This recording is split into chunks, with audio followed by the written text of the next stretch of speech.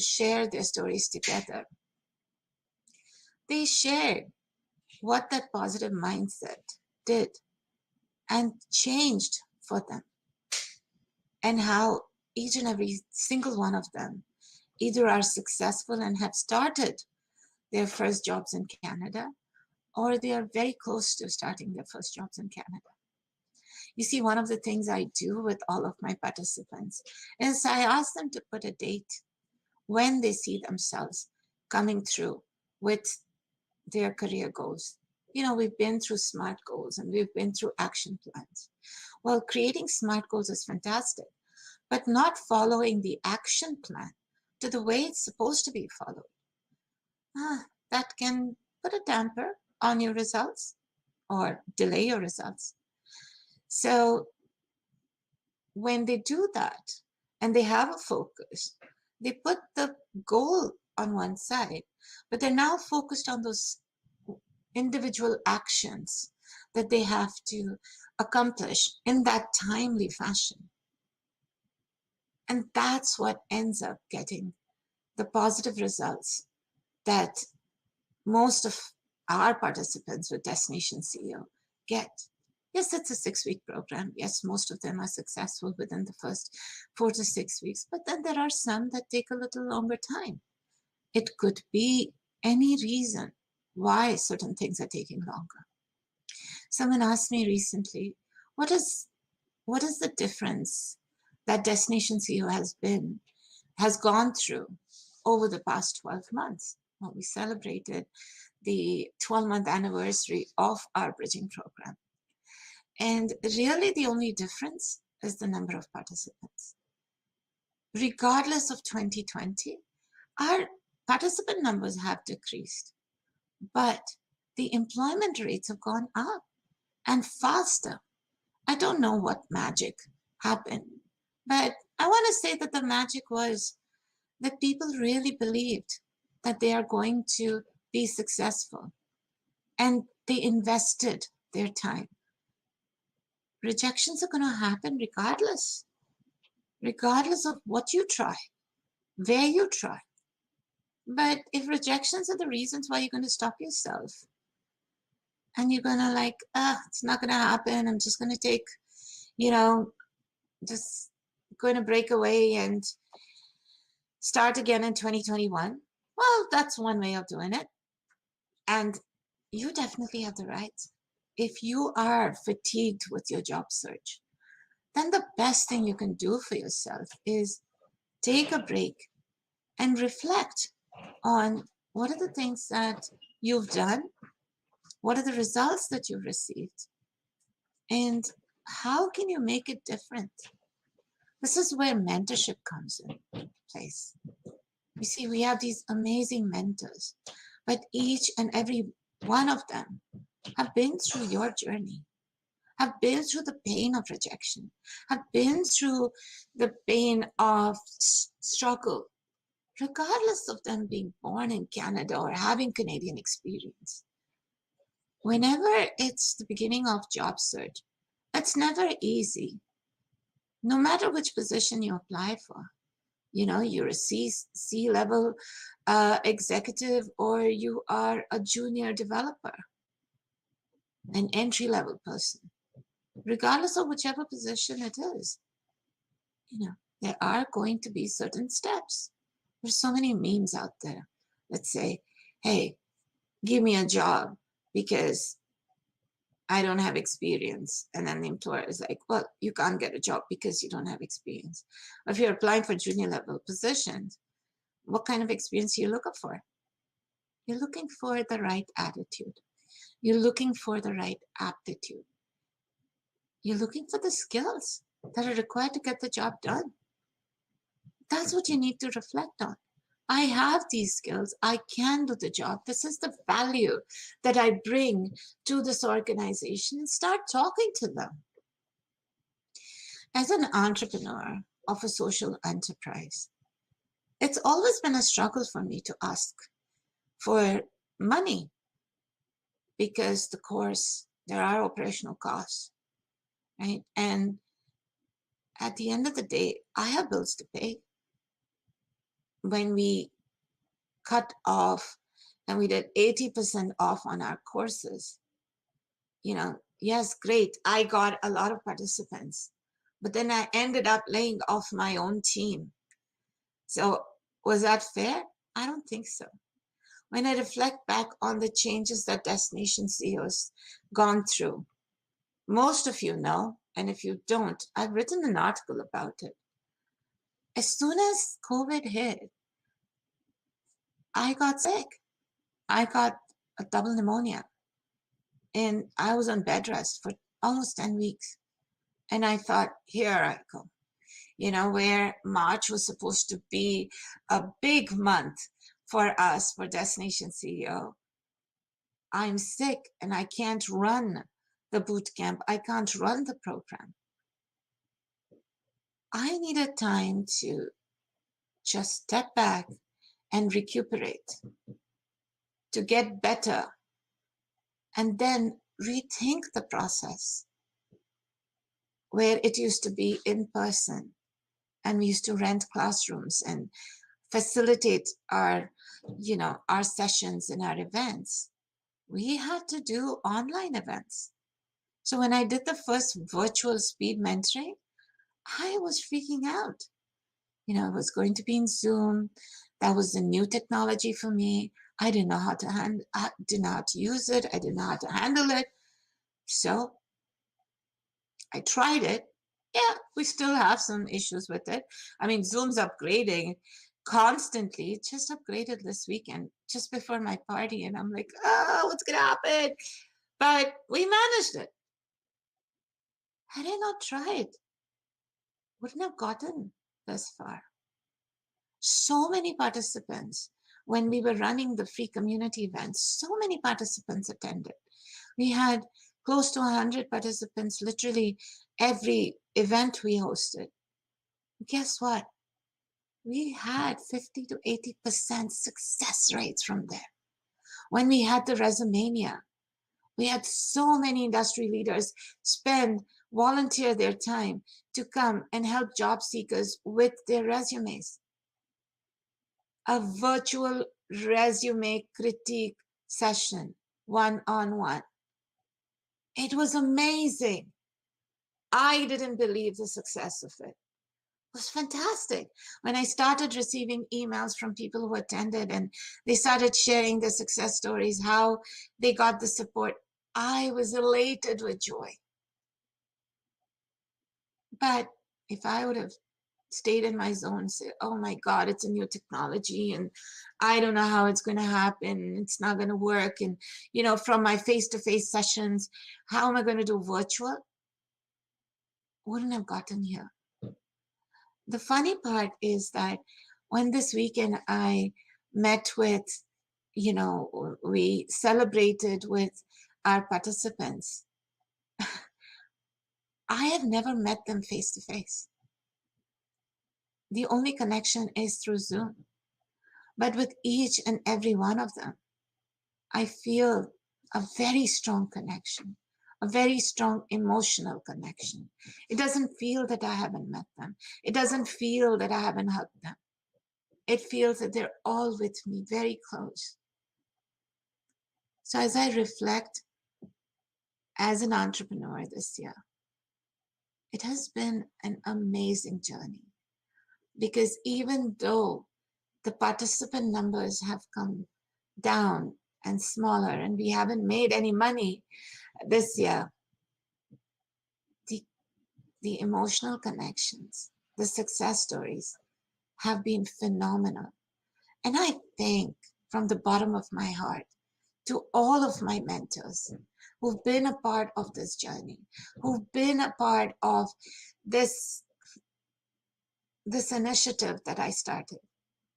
I was emotional during the session, but I didn't want the mentors to see it. So I recorded a separate segment, which I will share with them.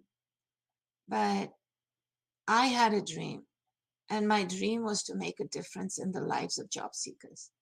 And I started something which I thought that I will be the person making a difference. And slowly and gradually, people started connecting.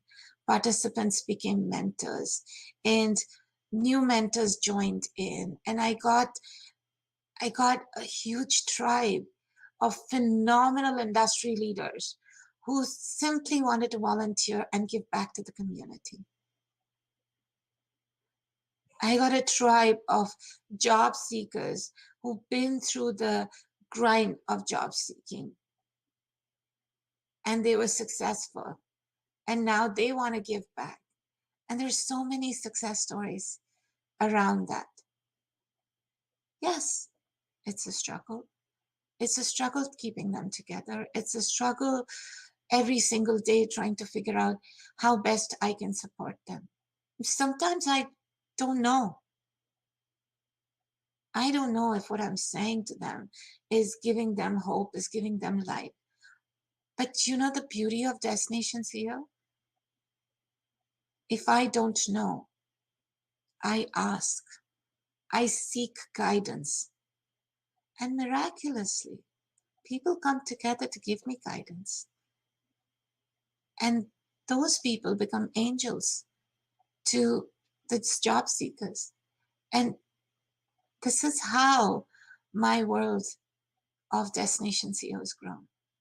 So I'd love to answer any questions that you may have if you're going through the why me phase right now, so that I can help you see what's on the other side or how to deal with what you're going through right now. Do you know the month of December is a tough month worldwide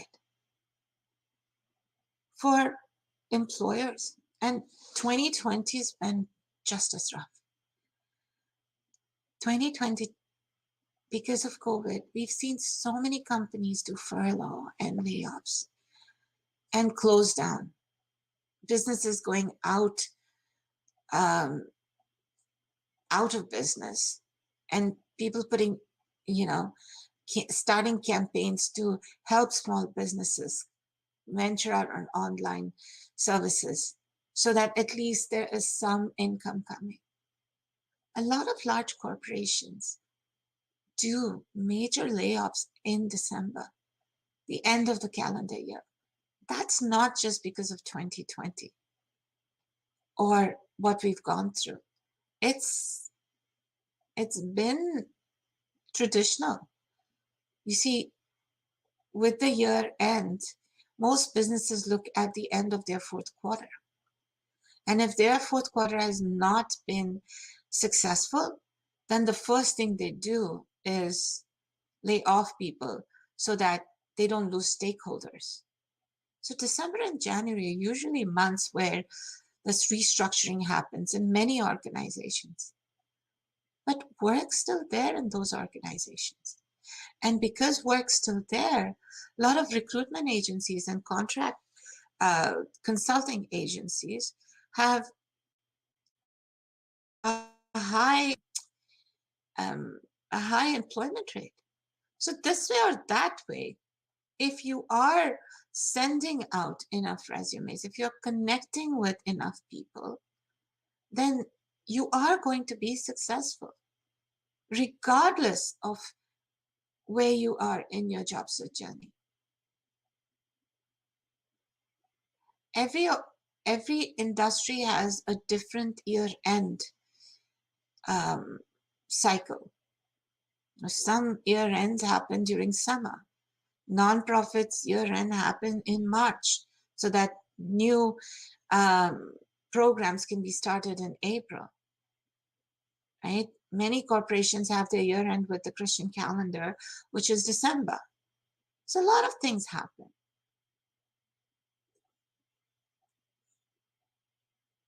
It's okay.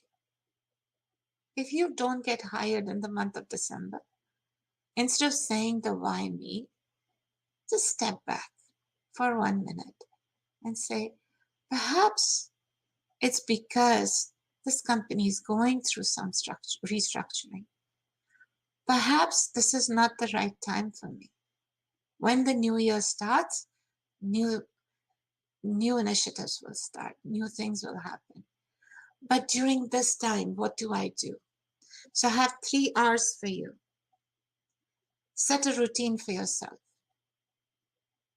Every single day, as a job seeker, do certain things that you must do for your positions, for the job that you're seeking.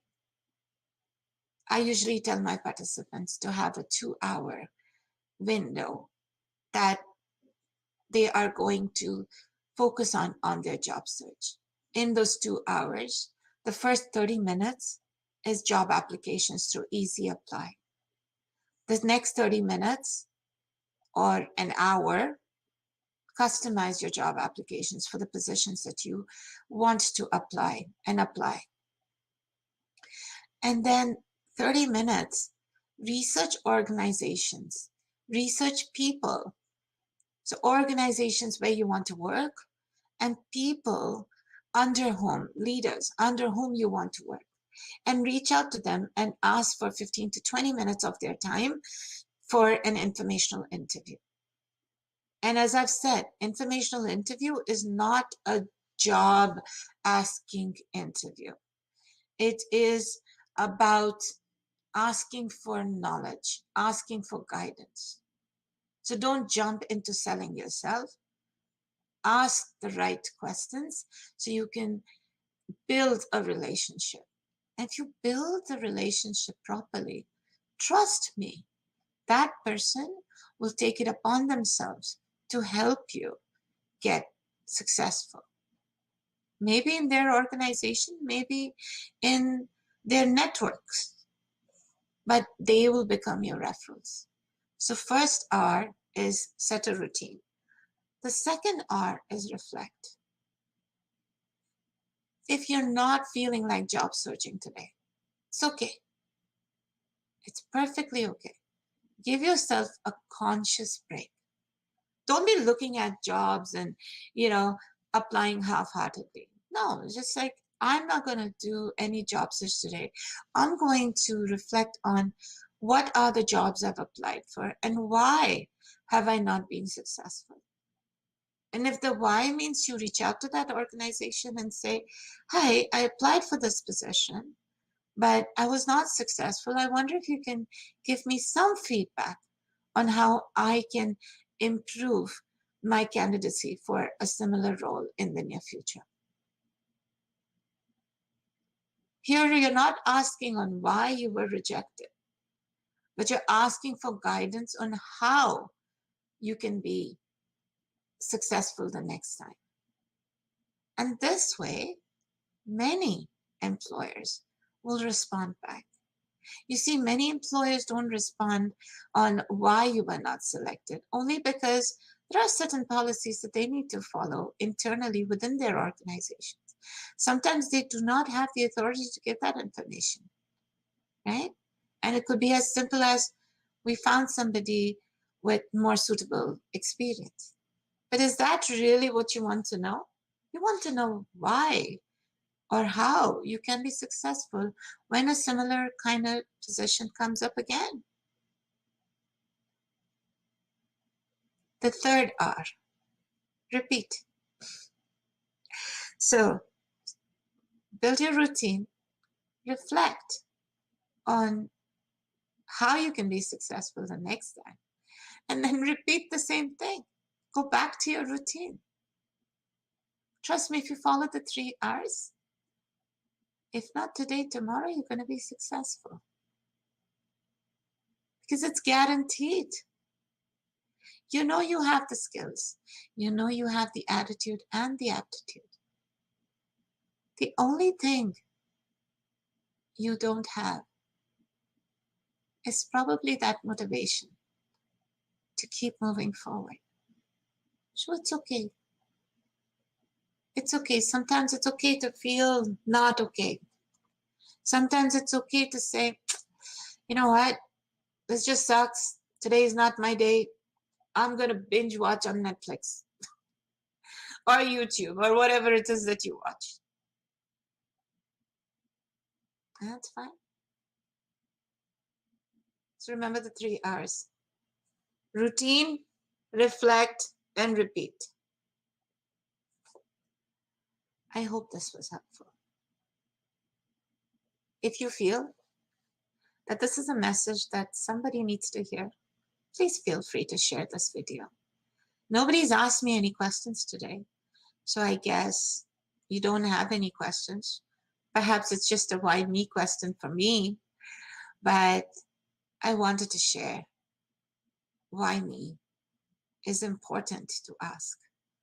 But why not is another important question that you want to reflect.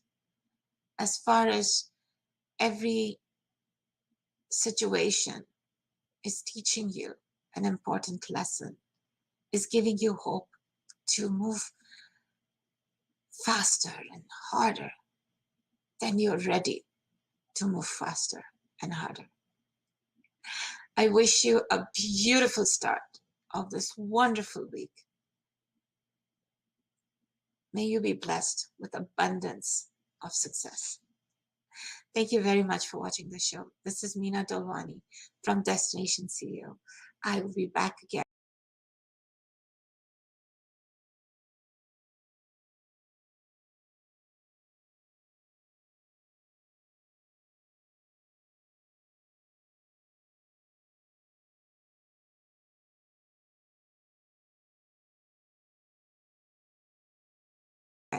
on Mondays with Meena next week.